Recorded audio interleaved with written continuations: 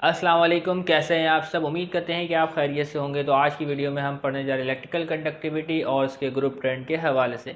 तो सबसे पहले डिस्कस करेंगे कि इलेक्ट्रिकल कंडक्टिविटी क्या होती है। तो बेटा ऐसे मटेरियल जो इलेक्ट्रिक करंट को पास कर सके, तो इस प्रॉपर्टी को हम क्या कहते हैं, इलेक्ट्रिकल कंडक्टिविटी कहते हैं। तो ऐसे कौन से मटेरियल है जो इलेक्ट्रिक करंट को पास कर सकते हैं। तो बेटा मेटल जो है वो इलेक्ट्रिक करंट को बआसानी पास कर सकता है, क्योंकि इसमें मोबाइल इलेक्ट्रॉन्स मौजूद होते हैं। तो मोबाइल इलेक्ट्रॉन बेटा आज़ादाना तौर पर मेटल में क्या है बेटा, हरकत कर सकते हैं।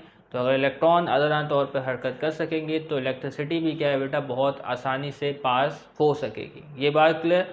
तो मेटल्स क्या है बेटा, कंडक्टर क्यों होते हैं, क्योंकि उनमें मोबाइल इलेक्ट्रॉन जो है वो मौजूद होते हैं। इसके अलावा बेटा नॉन मेटल्स में क्या है, मोबाइल इलेक्ट्रॉन्स मौजूद नहीं होते। तो इस वजह से क्या है बेटा, वो इलेक्ट्रिसिटी को भी कंडक्ट नहीं कर सकते। और इसी तरीके से बेटा मेटल और नॉन मेटल के दरमियान हमारे पास सेमीकंडक्टर या मेटलॉइड्स मौजूद हैं। तो ये ऐसे मटेरियल होते हैं जो इलेक्ट्रिसिटी को कुछ मकदार में पास कर पाते हैं और कुछ मकदार में पास नहीं कर सकते। ठीक है, ये बात क्लियर हो रही। तो बेटा जो भी इलेक्ट्रिसिटी पास होती है वो किसकी वजह से होती है बेटा, मोबाइल इलेक्ट्रॉन्स की वजह से होती है। तो अगर इसके ग्रुप ट्रेंड के हवाले से बात करें तो अगर डाउन द ग्रुप आते हैं तो क्या है बेटा, इलेक्ट्रिकल कंडक्टिविटी की वैल्यू में इजाफा होता है। ऐसा क्यों होता है बेटा, अगर क्या है डाउन द ग्रुप आने में एटॉमिक रेडियस में इंक्रीज आएगा। तो जब एटॉमिक रेडियस में इंक्रीज आएगा तो वैलेंस शेल में मौजूद इलेक्ट्रॉन जो है वो न्यूक्लियस से दूर होते चले जाएंगे। तो जब क्या है बेटा, वैलेंस इलेक्ट्रॉन न्यूक्लियस से दूर होते चले जाएंगे तो न्यूक्लियस का जो होल्ड है वैलेंस इलेक्ट्रॉन के ऊपर वो कम होता चले जाएगा। और इस तरीके से बेटा जो वैलेंस इलेक्ट्रॉन है वो आज़ादाना तौर पे क्या है बेटा, हरकत यानी एक जगह से दूसरी जगह जा सकेंगे। ठीक है, बात क्लियर। तो अगर एटॉमिक रेडियस इंक्रीज होगा तो क्या है बेटा, इलेक्ट्रिकल कंडक्टिविटी में भी इजाफा होगा। तो सबसे पहले डिस्कस करेंगे इलेक्ट्रिकल कंडक्टिविटी की definition. The measurement of ability of material to carry electric current is known as electrical conductivity। तो अब देख लेते हैं ग्रुप ट्रेंड के हवाले से। ग्रुप 1 है जिसको क्या है बेटा, अल्कली मेटल्स भी कहते हैं। तो बेटा ग्रुप 1 के जितने भी एलिमेंट्स है वो क्या है बेटा, बहुत अच्छे कंडक्टर्स हैं, यानी कि वो इलेक्ट्रिसिटी को बआसानी पास कर सकते हैं, क्योंकि बेटा उसमें मोबाइल इलेक्ट्रॉन जो है वो मौजूद होते हैं। तो ग्रुप 1 के बेटा जितने भी एलिमेंट हैं उसके वैलेंस शेल में कितने इलेक्ट्रॉन होते हैं बेटा, एक इलेक्ट्रॉन मौजूद होते हैं। ठीक है, और ये जो बेटा एक इलेक्ट्रॉन मौजूद है ये इलेक्ट्रॉन भी मोबाइल होता है, यानी कि एक जगह से दूसरी जगह आज़ादाना तौर पे हरकत कर सकते हैं। तो group 1 are good conductors of electricity due to the presence of mobile electrons in their metal lattice. ठीक है, तो हमारे पास जो मेटल का लैटिस होगा, ठीक है, उसमें क्या है बेटा, मोबाइल इलेक्ट्रॉन्स मौजूद होंगे और मोबाइल इलेक्ट्रॉन जो है बेटा आज़ादाना तौर पर हरकत करेंगे और इस तरीके से इलेक्ट्रिसिटी जो है वो पास होगी। ठीक है, however their conductivity increase from lithium to caesium. तो बेटा इसमें ग्रुप ट्रेंड फॉलो होता है। तो अगर आप डाउन द ग्रुप जाएंगे तो इलेक्ट्रिकल कंडक्टिविटी में इजाफा होगा। तो लिथियम की जो इलेक्ट्रिकल कंडक्टिविटी है वो कम होगी और सीजियम की जो इलेक्ट्रिकल कंडक्टिविटी है वो ज़्यादा होगी, क्योंकि बेटा जो सीजियम के एटॉमिक रेडियस में इजाफा होगा जबकि लिथियम का जो एटॉमिक रेडियस है वो कम होगा। इसमें जो इलेक्ट्रॉन है बेटा वो ज़्यादा मोबाइल होंगे, इसमें जो इलेक्ट्रॉन है वो ज़्यादा मोबाइल नहीं होंगे।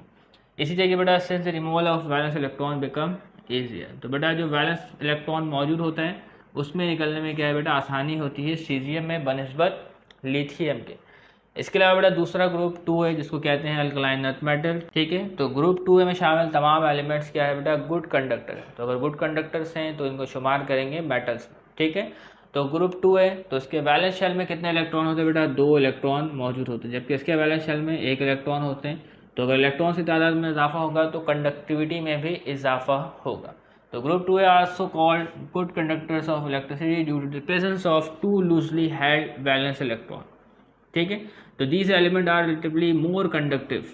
तो बेटा ग्रुप 2 में जो एलिमेंट शामिल है वो ज़्यादा कंडक्टिव है।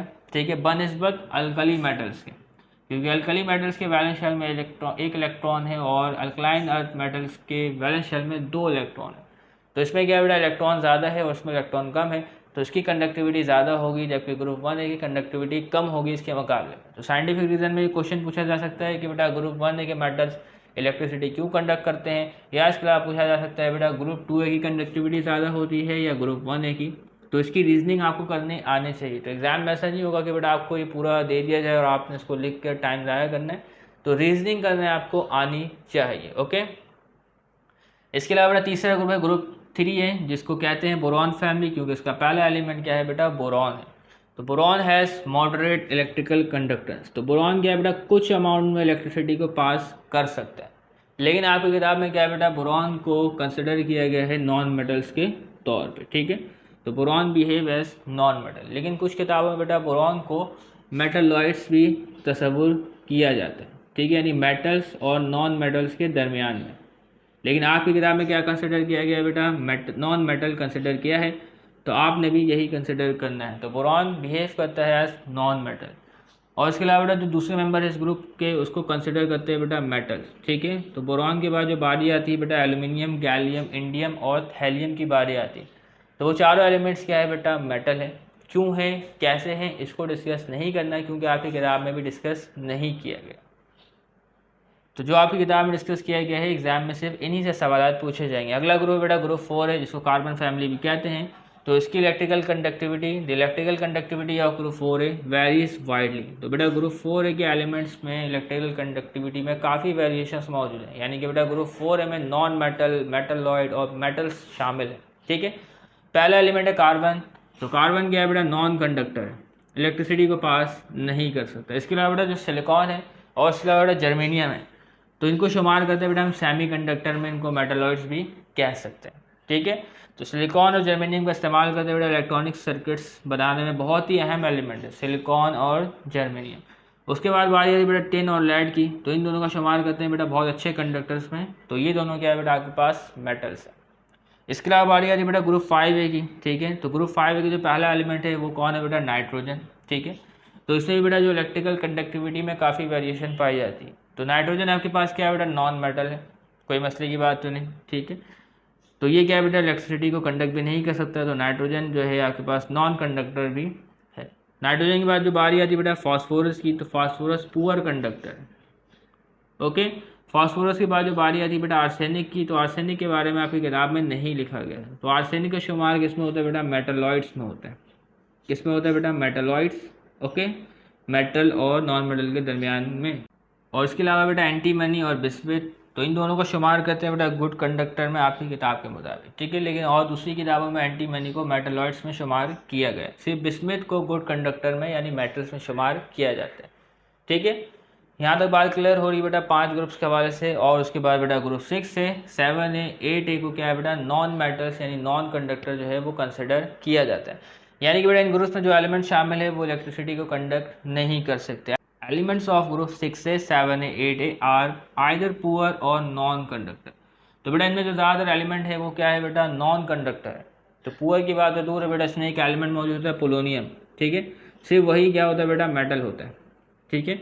बाकी जो भी है वो क्या होंगे बेटा, नॉन कंडक्टर होंगे। तो उम्मीद करते हैं बेटा जो इलेक्ट्रिकल कंडक्टिविटी के हवाले से और उसके जो ग्रुप ट्रेंड है उसके बारे में आपको कुछ मालूमात जो है वो हासिल हो गई होगी। तो किताब में ज़्यादा डिस्कस नहीं किया गया था, तो हमें भी ज़्यादा डिस्कस नहीं करना। तो उम्मीद करते हैं बातें क्लियर हो गई होंगी। तो तब तक के लिए इजाज़त दीजिएगा, चैनल को सब्सक्राइब कीजिएगा। अल्लाह हाफिज़।